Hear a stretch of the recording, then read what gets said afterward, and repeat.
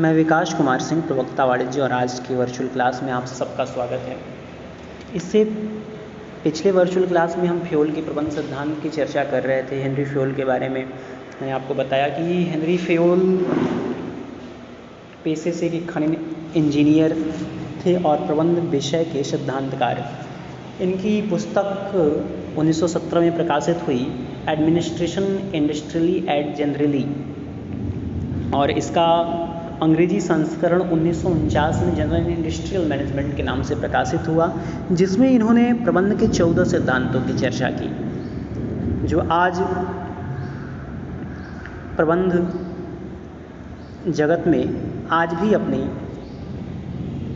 महत्व को बनाए हैं। फ्यूल के प्रबंध सिद्धांत के अंतर्गत कार्य विभाजन का सिद्धांत की कार्य विभाजन डिवीजन ऑफ लेबर की कार्य को छोटे छोटे भागों में बांट दिया जाता है और जो उस कार्य में निपुण होते हैं, विशेषज्ञ होते हैं, उनकी नियुक्ति की जाती है। तो इस तरह से कार्य विभाजन से हम विशिष्टीकरण की ओर बढ़ते हैं, या कार्य विभाजन से विशिष्टीकरण के लाभ भी प्राप्त होते हैं। अधिकार एवं उत्तरदायित्व, अधिकार और उत्तरदायित्व में समानता होनी चाहिए। फ्यूल का मानना था कि अधिकार और उत्तरदायित्व में समानता होनी चाहिए। समानता का मतलब, यदि किसी व्यक्ति को हम कोई कार्य सौंप रहे हैं, किसी प्रकार की कोई जिम्मेदारी या रिस्पांसिबिलिटी दी जा रही है, तो उस कार्य को करने के लिए उसके समान अधिकार भी उसे सौंपे जाने चाहिए। अनुशासन, अगर संगठन में अनुशासन है, संगठन के कार्य में प्रबंध समिति, प्रबंध वर्ग, उच्चाधिकारी या अधीनस्थ अनुशासित है, तो निश्चित रूप से संगठन प्रगति की ओर अग्रसर होगा। तो फ्यूल ने अनुशासन पर बहुत अधिक जोर दिया। आदेश की एकता, आदेश की एकता सिद्धांत के अंतर्गत कि एक व्यक्ति को, किसी एक ही व्यक्ति से किसी कार्य के संबंध में आदेश प्राप्त होने चाहिए। फ्यूल आदेश की एकता, निर्देश की एकता के सिद्धांत का कट्टर समर्थक था। सामूहिक हितों के लिए व्यक्तिगत हितों का त्याग, संगठन का हित महत्वपूर्ण है, अतः संगठन के हित के लिए चाहे श्रमिक वर्ग हो, चाहे प्रबंध वर्ग हो, उन्हें अपने व्यक्तिगत हितों का त्याग करना चाहिए, जिससे संगठन प्रगति पथ की ओर अग्रसर हो सके। तो आज हमारे चर्चा का विषय है, पिछले टर्न पे हमने इन 6 की विस्तार से चर्चा की थी, तो आज हम चर्चा करेंगे कर्मचारियों को प्रतिफल, ये 7वां सिद्धांत है। केंद्रीकरण एवं विकेंद्रीकरण, इसके अलावा सोपान श्रृंखला, स्कॉलर चेन प्रिंसिपल, व्यवस्था,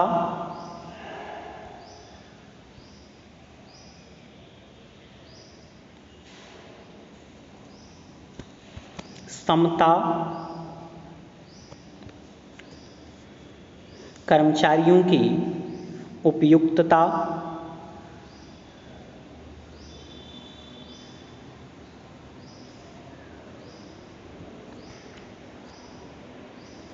पहल क्षमता और सहयोग की भावना, तो इनकी हम चर्चा करेंगे।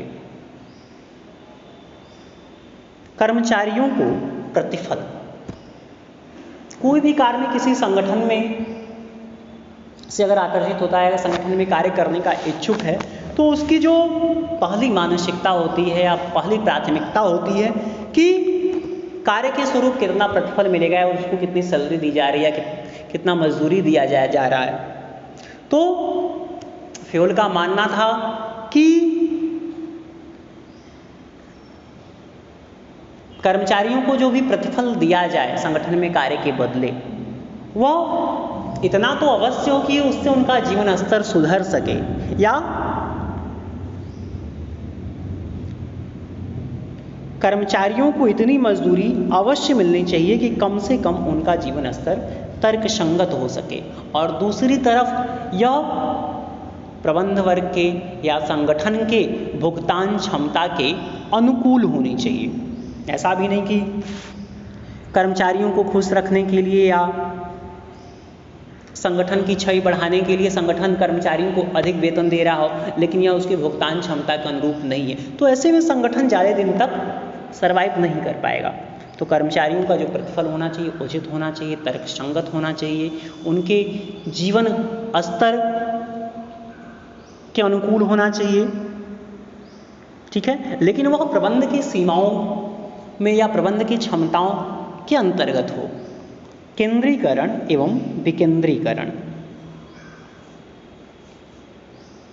यहाँ पे हम निर्णय लेने के अधिकार के संदर्भ में केंद्रीकरण एवं विकेंद्रीकरण की चर्चा करते हैं कि यदि निर्णय लेने का अधिकार एक व्यक्ति के पास है या उच्चाधिकारी के पास है या कहिए कि उच्च प्रबंध के पास है या प्रबंध वर्ग के पास अगर निर्णय लेने का अधिकार है तो इसको हम केंद्रीकरण कहेंगे। वहीं जब निर्णय एक से अधिक व्यक्ति ले रहे हैं या उच्च प्रबंध निर्णय लेने का अधिकार कुछ मामलों में मध्यम प्रबंध को हस्तांतरित कर देता है, मध्यम प्रबंध निम्न प्रबंध को और निम्न प्रबंध जो पर्यवेक्षक को निर्णय लेने का अधिकार दे देता है, तो इसे हम विकेंद्रीकरण कहेंगे। जब निर्णय लेने का अधिकार एक से अधिक व्यक्तियों के पास होता तो इसे हम क्या कहते हैं, विकेंद्रीकरण। और जब निर्णय लेने का अधिकार एक व्यक्ति के पास है तो उसे हम केंद्रीकरण कहेंगे, या कुछ ही व्यक्तियों के हाथ में है। तो अब देखिए, विकेंद्रीकरण के लिए पंचायतों को गांवों के कल्याण के लिए सरकारी निधि के संबंध में निर्णय लेने एवं उनको व्यय करने के अधिकार दिए गए हैं। यह राष्ट्रीय स्तर पर विकेंद्रीकरण है, ठीक है। तो गांव के पंचायत या पंचायत गांव के कल्याण के लिए निर्णय ले सकती है, जो सरकारी निधि उसे मिला है उसको वह किस प्रकार से खर्च करे, तो यह एक विकेंद्रीकरण का उदाहरण है। सोपान श्रृंखला, स्कॉलर चेन प्रिंसिपल। देखिए, उच्चतम पद से निम्नतम पद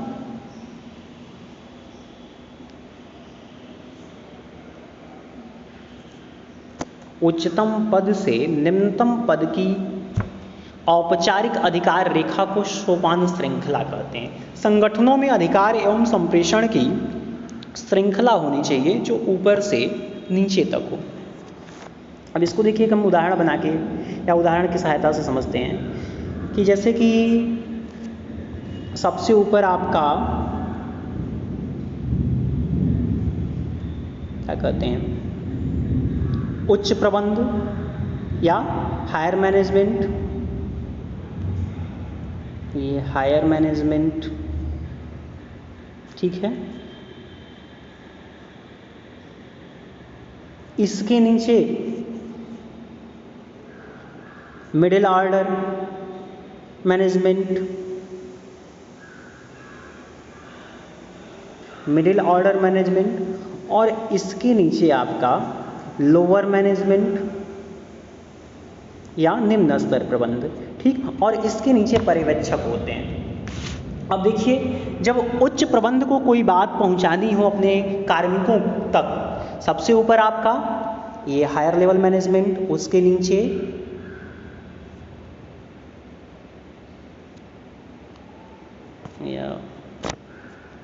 एक बार फिर से देखिए, सबसे ऊपर आपका ये हायर लेवल मैनेजमेंट, उसके नीचे मिडिल ऑर्डर मैनेजमेंट या मिडिल लेवल, उसके नीचे आपका ये लोअर लेवल मैनेजमेंट, और उसके नीचे आपके श्रमिक होते हैं, ठीक है। तो मान लीजिए उच्चाधिकारियों को कोई बात अपने संगठन के कार्मिकों को बतानी है, तो वह जो संप्रेषण का क्रम होगा ऊपर से नीचे की ओर, कि उच्चाधिकारी अपनी बात को मिडिल ऑर्डर को संप्रेषित करेगा और मिडिल ऑर्डर लोअर ऑर्डर को, लोअर ऑर्डर पर्यवेक्षकों को, और पर्यवेक्षकों से ये बात श्रमिकों तक पहुंचती है। तो संगठन में अधिकार रेखा, अधिकार एवं संप्रेषण की श्रृंखला होनी चाहिए जो ऊपर से नीचे तक हो, आदेश का प्रवाह ऊपर से नीचे तक जाता है।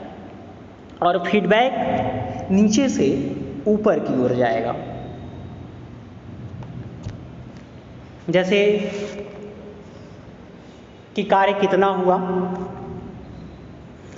तो जो श्रमिक हैं, श्रमिक ये जानकारी पर्यवेक्षकों को देते हैं, पर्यवेक्षकों से लोअर मैनेजमेंट को, लोअर मैनेजमेंट से मिडिल मैनेजमेंट को, और मिडिल मैनेजमेंट से हायर लेवल मैनेजमेंट तक बात पहुंचती है। तो उच्चतम पद से निम्नतम पद की औपचारिक अधिकार रेखा को हम क्या कहते हैं? सोपान श्रृंखला कहते हैं। ठीक है, या इसको हम स्कॉलर चेन प्रिंसिपल कहते हैं कि संप्रेषण में अधिकार एवं संप्रेषण की श्रृंखला होनी चाहिए और जो ऊपर से नीचे तक हो। आदेश का जो क्रम है ये ऊपर से नीचे की तरफ जाएगा। ये higher level management middle level management को बताएगा, को आदेश देगा, और मिडिल लेवल मैनेजमेंट लोअर को, और लोअर से पर्यवेक्षक, पर्यवेक्षक से बात कार्मिकों तक पहुंचती है। ठीक है, और इसी से फीडबैक आपका ऊपर से नीचे के क्रम में चलता, नीचे से ऊपर के क्रम में चलेगा। अगला है आपका व्यवस्था, ऑर्डर। व्यवस्था से तात्पर्य कि चाहे व्यक्ति हो या सामान, उसका एक उचित स्थान निर्धारित है, और जब व्यक्ति अपने उचित स्थान पर है और अपने उचित स्थान पर रहकर कार्य कर रहा है, और सामान भी किसी कार्य से संबंधित सामान उचित स्थान पर रखा हुआ है, तो व्यक्ति को आसानी से मिल सकता है। तो फ्योल का मानना, फ्योल ने व्यवस्था के सिद्धांत पर बहुत अधिक जोर दिया कि यदि व्यक्ति और सामान उचित स्थान पर है तो निश्चित रूप से संगठन प्रगति की ओर अग्रसर होगा। समता, इक्विटी, संगठन में सभी कार्मिक समान हैं, संगठन में सभी कार्मिक समान है। या फ्योल ने समता के सिद्धांत पर भी बहुत अधिक जोर दिया कि जितना संभव हो सके अधिकारियों को अपने कर्मचारियों से निष्पक्ष व्यवहार करना चाहिए। किसी व्यक्ति के साथ भाषा, लिंग, धर्म, जाति, विश्वास, राष्ट्रीयता आदि के आधार पर कोई भेदभाव नहीं होना चाहिए। इसके संदर्भ में आज अनेक उदाहरण है कि बड़ी बड़ी जो राष्ट्रीय बहुराष्ट्रीय कंपनियां हैं, जैसे आप वोडाफोन को देखिए, तो वोडाफोन लिमिटेड के जो उच्च कार्यकारी अधिकारी हैं सुनील नरीन, जो कि भारतीय मूल के हैं और अमेरिका में उन्होंने जन्म लिया। अगर राष्ट्रीयता के आधार पर उनसे भेदभाव किया जाता तो क्या वो वोडाफोन में के उच्च पद पर पहुंच पाते? इस तरह से ऐसे तमाम उदाहरण हैं। तो यदि संगठन को राष्ट्रीय अंतर्राष्ट्रीय स्तर पर अपनी पहचान बनानी है तो उसे लिंग, धर्म, भाषा, जाति, विश्वास, राष्ट्रीयता के आधार पर कोई भेदभाव नहीं करना चाहिए। जहां तक हो सके उच्चाधिकारी को अपने कार्मिकों के प्रति, अपने अधीनस्थों के प्रति निष्पक्ष रहना चाहिए। अगर प्रबंध वर्ग अपने कार्मिकों के प्रति निष्पक्ष नहीं है तो ये संगठन के लिए खतरनाक स्थिति है। इससे समाज में संगठन के प्रति गलत धारणा प्रेषित होती है। तो सभी कार्मिक समान हैं, अतः प्रबंधकों को सभी कार्मिकों से जितना हो सके उतना निष्पक्ष होकर व्यवहार करना चाहिए। कर्मचारियों की उपयुक्तता, स्टेबिलिटी ऑफ पर्सनेल, कर्मचारियों का चयन एवं नियुक्ति उचित एवं कठोर प्रक्रिया के द्वारा की जानी चाहिए तथा चयन के पश्चात उन्हें न्यूनतम निर्धारित अवधि के लिए पद पर बनाए रखना चाहिए। कहने का मतलब, चूंकि हमने कर्मचारियों की जो नियुक्ति की है उचित प्रक्रिया के अंतर्गत होनी चाहिए। जो व्यक्ति जिस कार्य में श्रेष्ठ हो, जिस कार्य का विशेषज्ञ हो, उसकी नियुक्ति की जानी चाहिए। तो इसके पीछे प्रबंध वर्ग काफ़ी कुछ खर्च करता है और प्रबंध वर्ग व्यक्तियों को की नियुक्ति करने के बाद उन्हें प्रशिक्षण भी देता है। तो एक निर्धारित अवधि तक उन्हें उस पद पर बनाए रखना चाहिए, ठीक है, और जिससे कार्मिकों में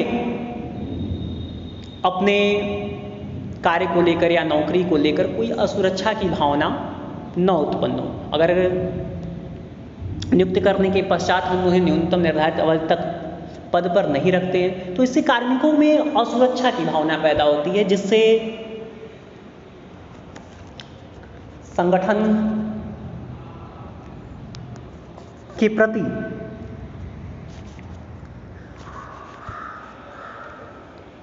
या संगठन की छवि लोगों में अच्छी नहीं होगी, या संगठन पर से उनका विश्वास उठ जाएगा। ठीक है। पहल क्षमता। पहल क्षमता का मतलब कि जो कार्मिक हैं उनकी अपने कार्य को लेकर उनके अंदर सोच समझ विकसित होनी चाहिए कि किस तरह से हम अपने कार्य को और अधिक अच्छे तरीके से कर सकते हैं, या अधीनस्थों के द्वारा यदि किसी प्रकार का कोई सुझाव दिया जाता है और इससे संगठन को लाभ होने की संभावना है, तो संगठन में ऐसे सुझावों का सम्मान होना चाहिए, और ऐसे सुझावों के फलस्वरूप यदि संगठन लाभ अर्जित करता है तो ऐसे सुझावों को पुरस्कृत भी किया जाना चाहिए। पहल क्षमता का अर्थ है स्वयं अभिप्रेरणा की दिशा में पहला कदम उठाना। इसमें योजना पर विचार कर फिर उसे क्रियान्वित किया जाता है।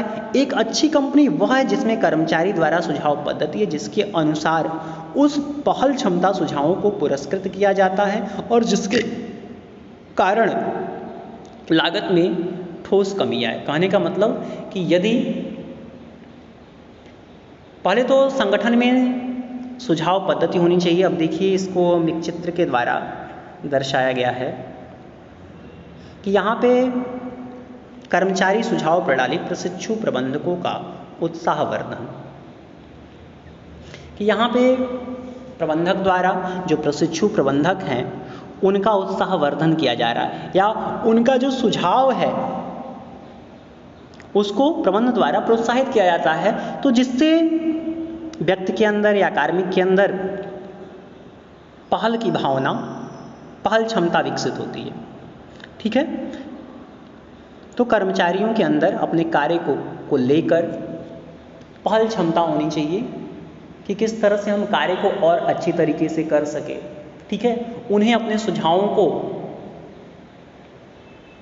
प्रबंध के समक्ष रखना चाहिए, और प्रबंध को भी ऐसी प्रणाली विकसित करनी चाहिए कि कर्मचारियों या कार्मिकों, अधीनस्थों के सुझावों को आदर दिया जाए, और उसके फलस्वरूप अगर संगठन वृद्धि करता है तो ऐसे सुझावों को पुरस्कृत भी किया जाना चाहिए। ऐसा फ्योल का मानना था। सहयोग की भावना। जब प्रबंध वर्ग और श्रमिक वर्ग दोनों एक दूसरे का सहयोग करेंगे तभी संगठन आगे बढ़ सकता है। प्रबंध को कर्मचारियों में एकता एवं पारस्परिक सहयोग की भावना को बढ़ावा देना चाहिए। प्रबंधकों को संप्रेषण के दौरान मैं के स्थान पर हम का प्रयोग करना चाहिए। कहने का मतलब कि प्रबंध वर्ग और श्रमिक वर्ग दोनों में सहयोग की भावना होनी चाहिए। जब दोनों सहयोग की भावना से कार्य करेंगे तो निश्चित रूप से संगठन आगे बढ़ेगा। दोनों वर्गों में किसी प्रकार का द्वेष न हो। ठीक है। अधीनस्थों को अपने उच्चाधिकारियों का सम्मान करना चाहिए, और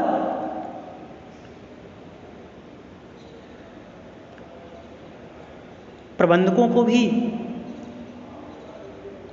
अपने श्रमिकों के साथ अच्छा व्यवहार करना चाहिए, उनसे मधुर संबंध बनाए रखने चाहिए, जिससे कार्मिकों के अंदर पहल क्षमता में वृद्धि होती है। तो ये फ्योल के प्रशासन के संदर्भ में या प्रबंध के संदर्भ में ये 14 सिद्धांत हैं जिनका हमने आज अध्ययन किया। ठीक है।